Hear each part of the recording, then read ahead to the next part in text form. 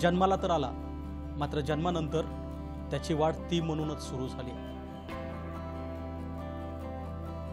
30-35 वर्षापूर्वी एका घरामध्ये जन्मलेला तो ललित नंतरच्या काळामध्ये मात्र त्याची जी काही वाढ झाली ती ललिता म्हणूनच झाली।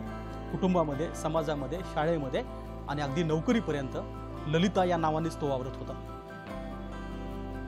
मुलीसारखंच राहणं, मुलीसारखं थोडंसं दिसणं आणि एकूण सगळा व्यवहार जो होता तो अगदी मुलीसारखा असायचा। मात्र हे केवळ ज्याच्यावरती हे सगळं आपबीती होती त्याला हे लक्षात येत होतं, मात्र तेही समजायला वयाचे 28 वर्ष जावं लागले। 29व्या वर्षी मात्र तो अखेर समोर आला आणि त्यानं सांगितलं की ती मी नाही। मी बोलतोय ललित कुमार बद्दल, जो कालची ललिता होती। बीड जिल्ह्यातल्या एका केसमुळं राज्यभर ज्याची चर्चा झाली।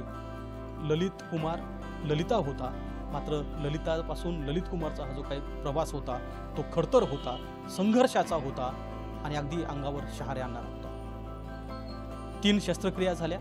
3 शस्त्रक्रियानंतर ललिता ललित झाला आणि त्यानंतर पुन्हा एकदा पोलीस डिपार्टमेंटमध्ये कामाला सुद्धा लागला। मात्र त्यानंतर आणखी एक त्यांच्या आयुष्यामध्ये घटना घडली। एक मुलगी समोर आली ज्याने त्यांना मागणं घातलं आणि त्याच ललितचा अगदी धूमधडाक्यात 14 फेब्रुवारीला विवाह झाला। आता याच विवाहाच्या नंतर सुखी संसारामध्ये आणखी एक गोड बातमी आली। मला वाटतं प्रत्येकाच्या आयुष्यामध्ये ही बातमी ऐकण्यासाठी कान आतुरलेले असतात।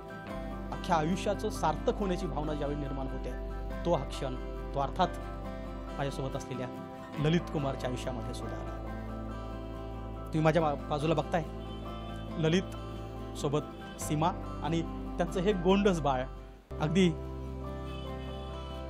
काही वर्षापूर्वी म्हणजे 5-6 वर्षापूर्वी ज्यावेळी मी ललितकडे आलो होतो त्यावेळी त्याचा इंटरव्ह्यू घेताना त्याने एक गोष्ट सांगितली होती आणि ती गोष्ट अशी होती की ज्यावेळेस शस्त्रक्रिया पूर्ण झाल्या आणि शस्त्रक्रिया पूर्ण करून ललित आपल्या घरी आला त्यावेळेस डॉक्टरने त्यांना एक गोष्ट सांगितली होती आणि डॉक्टर असं म्हणाले होते की आप भी बाप बन सकते हो।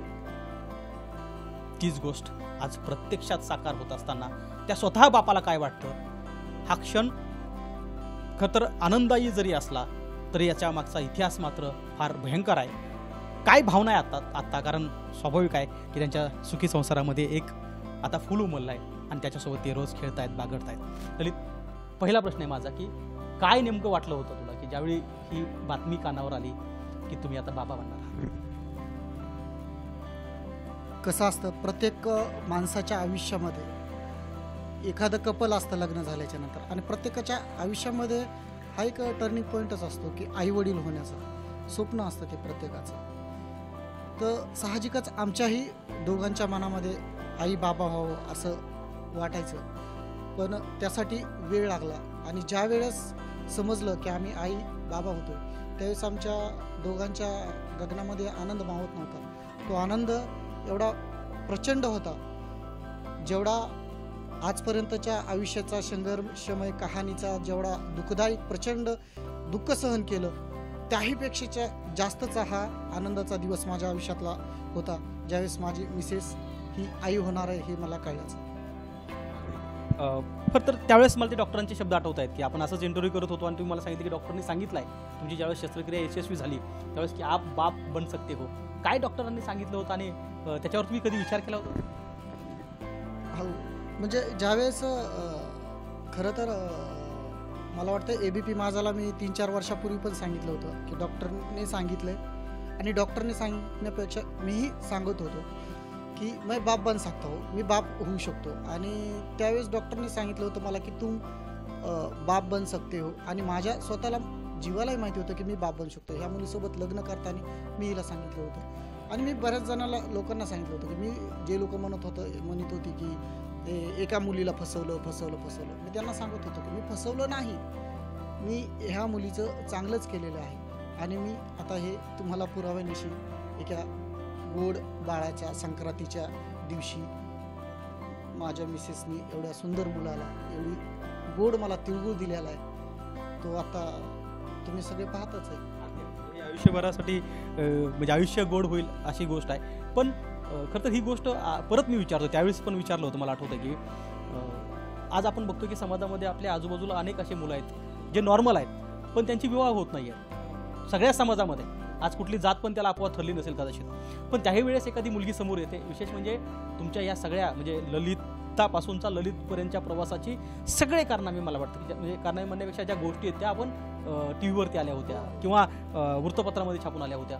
हे माहीत असताना सुद्धा एक मुलगी त्यावेळेस तयार झाली, हे ज्यावेळेस कळलं होतं त्यावेळेस काय वाटतं? त्यावेळेस खूप आनंद झाला आणि म्हणजे ही बाजूलाच बसलेली हिच्या म्हणजे ज्यावेळेस लग्नाला ही तयार झाली हे मला कळालं होतं. त्यावेळेस मी तिला म्हटलं होतं की का म्हणजे माझ्यासोबत लग्न करायचं का? लोक मला म्हणतात की समज तू ट्रान्सजेंडर आहेस, आणि या गोष्टीसोबत मी हिच्यासोबत डिस्कस केलं होतं. ही म्हणली की काही का असाना, कसं का असाना, की मला तुमच्यासोबत मुलगी का तुम्ही असानात, मला आयुष्य काढायचं. ही गोष्ट हिची मला ती खूप आवडली होती, ती इथं लागली होती, मनाला भावली होती, आणि हीच गोष्ट लक्षात घेऊन मी तिच्यासोबत लग्न केलं.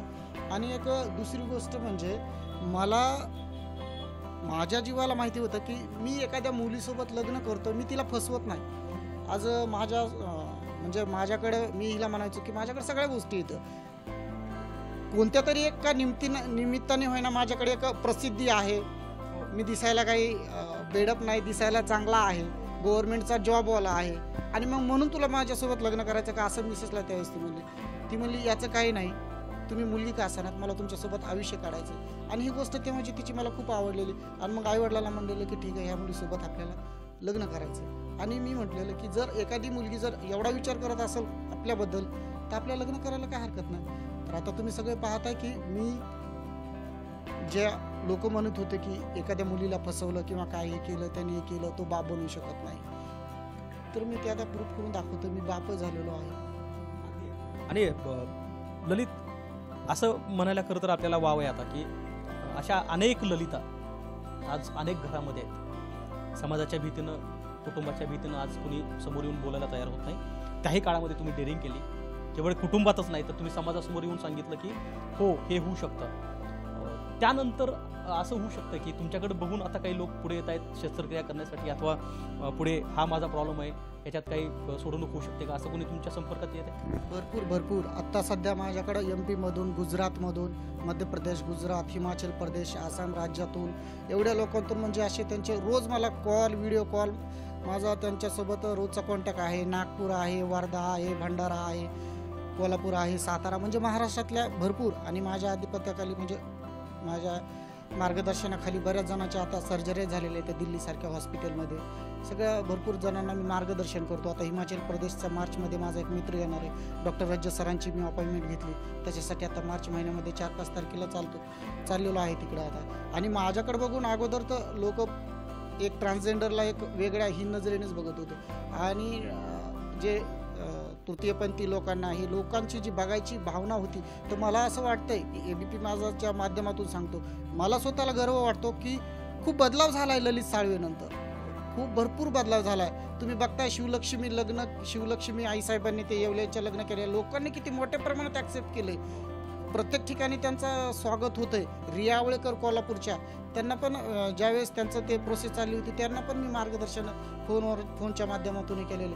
तर खूप असं बरेच जण लोक ॲक्सेप्ट करायला लागलेले आहेत. आणि असंच ॲक्सेप्ट केलं पाहिजे लोकांनी, माणूस म्हणून त्यांनाही, आम्हालाही सगळ्यांना बघितलं पाहिजे, सगळ्यांना चांगली वागणूक दिली पाहिजे, हीन दर्जाची वागणूक दिली नाही पाहिजे. आता मला असं वाटतं की भरपूर बदलाव झालेला आहे, तर त्याबद्दल मी सर्वांचे आभार मानतो. ललित, मी पाहत होतो, थोडंसं बघत होतो अनेक ठिकाणी की याच्यापूर्वी असं कुठे घडलंय का, तर माझ्या बघण्यात आलं नाही. मला तुम्ही क्लिअर कराल जर तुम्हाला माहीत असेल की एखाद्या मुलीचा लिंग बदल झाला, त्यानंतर तो मुलगा झाला, त्याचा विवाह झाला, आणि त्यानंतर अगदी 4 वर्षामध्ये त्याला पुत्ररत्न झाला. अशी घटना यापूर्वी तुम्ही कुठे ऐकली का, पाहण्यात आली का? मी यूट्यूबवरती ट्रान्समॅन, ट्रान्स फिमेल, तृतीयपंथी या सगळ्या गोष्टी, LGBT जेवढे काय असते त्याच्यामध्ये भरपूर प्रकार आहेत. याच्यामध्ये जे काही प्रकार असते पण त्याच्यामध्ये मी नाही कुठं बघितलेलं, मला सर्च करूनही नाही भेटलेलं. ज्यावेळेस माझा जो संघर्षाचा जो प्रवास होता त्यावेळेस त्या काळाचा, मला F to M female to male व्हायचं होतं, त्यावेळेस पण मला असं आईवडील झालेलं होतं आणि माझंही जो काही यम होतं, माझंही जे काही टार्गेट होतं, मला फक्त माझं अस्तित्व निर्माण करायचं होतं. मला फक्त ज्या अवस्थेमध्ये मी जगत होतो त्या अवस्थेतून बाहेर पडून मला माझं अस्तित्व स्वतःचं निर्माण करायचं होतं. मी काय आहे माझी ओळख करून द्यायची होती. मी स्त्री नसून मी एक पुरुष आहे हे मला दाखवायचं होतं. मला एखाद्या मुलीसोबत लग्न करायचं नव्हतं, मला लेकरू बाळ जन्माला घालायचं नव्हतं, फायदा करायचं नव्हतं, हे सगळं काहीच नव्हतं. फक्त मी ज्या अवस्थेमध्ये जगतोय, अरे ही मुलगी का मुलगा आहे, अरे हे काय आहे, हे आवाज कसला आहे, हे चालणं कसलं आहे, बोलणं कसलं आहे, हिचं मुलांसारखंच आहे सगळं. फक्त हा जो त्रास आहे या त्रासातून मला मुक्त होऊन मला माझ्या ओळख निर्माण करून मला पुरुष म्हणून एक माझी आयडेंटिटी निर्माण करायची होती. हे काही नव्हतं. आणि मी ABP माझा सांगतो की मी आत्तापर्यंत देशाच्या तर म्हणतो पण जगाच्याही कुठं गुगल यूट्यूबवरती एक ट्रान्समॅन बाप झालेला तुम्हाला नाही भेटणार. माझ्याकडं आत्ताच तुम्हाला माझ्या मोबाईलवरती मी 1ली, 2री, 4थीचे 5वीचे गजरी लावलेले, लाली लावलेले जे काही फोटो दाखवलेले आहेत, तो माझा सगळा जो प्रवास आहे, बालवाडीमध्ये शिक्षण झालेलं, मुलींसारखंच राहिलेलो, त्याच्यानंतर गर्ल स्कूलमध्ये एकदम तिथं शिक्षण झालेलं, माझं 10वीपर्यंत 11वी-12वीपर्यंत गर्ल स्कूलमध्ये शिक्षण झालेलं आहे. हे सगळ्यांना सांगतो मी. तर इतिहासामध्ये मला वाटतं की मी पहिला आहे जो की मी एका मुलालाही जन्म दिलेला आहे. तर मलाही प्राऊड फील होतं की मला फक्त जे काय करायचं होतं, मला फक्त माझी आयडेंटिटीज निर्माण करायची होती आणि आयडेंटिटी निर्माण करून फक्त सुखाचं जीवन जगायचं होतं की एक प्लस. आता त्यापेक्षा एक लग्नही केलं, एका मुलाचा बापही होतोय. तर आता माझ्याकडे शब्द नाहीत, कोणत्या शब्दामध्ये मी माझा आनंद तुमच्यासमोर मांडू. पण ललित, आम्ही हा आनंद बघतोय, त्या पूर्वीचा इतिहास पण मला बऱ्यापैकी माहीत आहे की तो काळ खरं तर फार संघर्षाचा होता. म्हणजे तुमच्या घरात सुद्धा दबक्या आवाजात चर्चा व्हायची. तुम्ही ज्यावेळेस थेट अर्ज केला आणि सांगितलं की मला आता लिंग बदल करायचा आहे, त्यानंतरचा तो काळ कठीण होता, संघर्षाचा होता. कधी भीती वाटत होती, अथवा नैराश्य येत होतं, अथवा समाज काय म्हणेल याची कधी भीती वाटत होती की आपण हे करतोय पण हे समाजाला आवडेल का, कुटुंबातल्या लोकांना आवडेल का, तुमच्या जिथं जॉब करताय तिथल्या लोकांना आवडेल का? या सगळ्या गोष्टी मी तुम्हाला ज्यावेळेस ॲप्लिकेशन द्यायचं होतं मला SP साहेबांना, त्यावेळेस तत्कालीन जी श्रीधर साहेब होते SP साहेब, त्यांना मला ॲप्लिकेशन द्यायचं होतं आणि या सगळ्या गोष्टींची मला माहिती होती, सगळ्या गोष्टीची जाणीव होती की काय होणार आहे, समाज नाव ठेवणार आहे, नातेवाईक नाव ठेवणार आहेत, मीडिया मागं लागणार आहे, हे सगळं मला माहिती होतं. यासाठी मला खूप सारा संघर्ष करावा लागणार आहे. आणि ज्यावेळेस मी हे सगळं करत असताना मी सुट्टीवर चाललो होतो 15 दिवस 1 महिन्याच्या, त्यावेळेस मी माझी बॅग हे भरली होती साहेब, तुम्हाला सांगतो बॅग हे भरली होती आणि त्या भिंतीकडे असं बघत होतो की आता इथून म्हणजे बाहेर जातोय आणि हे ॲप्लिकेशन द्यायचं आहे आणि परत येईन का नाही माहिती नाही, की ज्या सरकारच्या घरामध्ये राहतो हे परत येईन का नाही माहिती नाही, पण त्या भिंतींना सांगत होतो की नक्की येणार, 100% येणार, मी येणार. त्या युनिफॉर्मकडे बघून सांगत होतो की मी 100% इथं येणार म्हणून. आणि मी परत तो एवढा मोठाचा म्हणजे संघर्ष, मीडिया जर माझ्या मागं लागली तर मी शेतात जाऊन बसायचो, मीच काय माझे आईवडीलही शेतात जाऊन बसायचे, मीडिया मागं लागली तर माझी आई बाथरूममध्ये जाऊन बसायची, मीडिया मागं लागली तर मी कुठंतरी भिंतीमध्ये एका कोपऱ्यामध्ये दडून बसायचो. आणि मी 1 महिना मीडियाच्या लपून 1 महिना 4 भिंतीच्या आतमध्ये होतो आणि एक वाड्याचं घर होतं माझ्या आत्याचं, तिथं राहत होतो. तिथं राहत असताना मी असं जर मीडिया कोणतरी माझ्याकडे बघन म्हणून असा रुमाल घेऊन मी बाथरूम जरा बाहेर होतं तर कुठं झाडावरून मीडियावाल्यांनी तुम्ही कॅमेरे लावलेत का म्हणून मी असं बघायचो, कोणी फोटो काढते का, कोणी काय करतं, ते असा बुरखा घेऊन मी बाथरूमला जात होतो. म्हणजे एवढा तो संघर्षाचा कालावधी होता. तो सगळा आता वनवास संपलेला आहे आणि आता सुखाचा दिवस आलेला आहे. पण यात तुम्ही संदेश देणार आहात, जे इतर लोक शस्त्रक्रिया करतायत, अनेक लोकांना करायची आहे, अनेक लोक चौकशी करतायत, त्यांच्यासाठी हा संदेश आहे. मी सांगतो की या माध्यमातून तुम्ही जे मीडियाच्या माध्यमातून हे जे मला बघताय, तुम्हाला जोपर्यंत जी गोष्ट भेटत नाही तोपर्यंत तुम्ही सतत तिचा विचार करत राहा, फक्त विचार करत राहा. मी म्हणतो तुम्ही अन्न पाणी हे तर रोजचं खात त्या गोष्टीकडं काहीही काम करताना प्रत्येक गोष्टीचा सतत त्या गोष्टीचा विचार करा, फक्त विचार करू नका, त्याची तुम्ही कृती करा, ते प्रोसेसमध्ये तुम्ही ठेवा. एक दिवस तुम्हाला नक्की यश मिळणार म्हणजे मिळणार. मी तेच केलं, सतत विचार करत होतो, दिवस रात्र विचार करत होतो, नाही मला हे असंच मिळालं पाहिजे. मी ज्यावेळेस ऑपरेशन करायचं होतं त्यावेळेस मी फक्त मला ऑपरेशन करायचं याचा विचार करत होतो. त्याच्यानंतर मी म्हटलं आता त्यावेळेस मला लोक नाव ठेवायचे, याला कोण पोरगी देणार, चला मी लग्न करून दाखवलं, त्याचा विचार करायला आता एखाद्या मुलीसोबत लग्न करतो. आणि त्याच्यानंतर माझं जे काही हे होतं, एका लेकराचा बाप व्हायचं म्हणून, मुलगी असो की मुलगा असो कुणी का असो, पण एका लेकराचा बाप व्हायचं म्हणून 2020मध्ये माझी सर्जरी कंप्लीट झाली. 20मध्येच माझं लग्नही झालं. मला वाटतं 7-8 महिन्यानंतर सर्जरीचं मी लग्न केलं. आणि मी डॉक्टरने त्यावेळेस फोन केला, सर मैं शादी कर सकता हूँ क्या? बोले ललित आपके ऊपर डिपेंड है. बोला हाँ सर वो तो बात सही है सर. रजत सर बोले हाँ. मतलब सर हाँ वो तो बात सही है, तो फिर मुझे क्यों पूछ रहे हो सर? बोले नहीं सर आप डॉक्टर भी है ना. अरे आपको पता है ज़्यादा. मतलब सर मैं तो एकदम स्ट्रांग हूँ, कुछ भी काम कर सकता हूँ अभी. तो बोले तू शादी के लिए रेडी आहे. तुम्ही केलं लग्न. त्याच्यानंतर जो मला वाटत होतं की आता एका लेकराचा बाप पाहिजे आणि मग बाप झालो. तर मी हे सांगतो की जे लोक एखाद्या गोष्टीसाठी तुम्ही जर हे ट्रान्समॅन ट्रान्सफिमेल तृतीयपंथी हे जे काय आहेत आणि या व्यतिरिक्त दुसऱ्याही क्षेत्रामधले जोपर्यंत तुम्हाला यश मिळत नाही तोपर्यंत तुम्ही तो संघर्षाचा रस्ता सोडू नका. एक दिवस यश तुम्हाला नक्की मिळेल. यश आपण बघतोय की मागच्या अनेक वर्षातला हा संघर्ष होता. मी तर म्हणेल की तो 28 वर्षाचा एक संघर्ष होता. जे 28 वर्ष वय वाढेपर्यंत प्रत्येक टप्प्यावरती आपण मुलगी नाही आहोत तर मुलगा आहोत असं वाटत होतं. मात्र हे वाटणं केवळ स्वतःपुरतं मर्यादित होतं. 29वं वर्ष उजाडलं आणि त्यानंतर मात्र सगळी बंधनं झुगारून एक ललित समोर आला. ललिता मी नाही हे सांगण्यासाठी सगळ्यात समोर येऊन उभा टाकला आणि आकार आपण बघतोय की तो आता एका मुलाचा बाप झालाय. आरुष नाव ठेवलंय या बाळाचं आणि एक गोंडस बाळ यांच्या आयुष्यामध्ये आलंय, यांच्या घरामध्ये आलंय.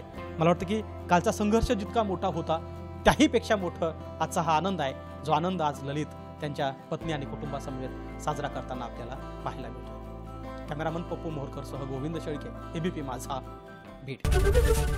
एबीपी माझा, उघडा डोळे बघा नीट.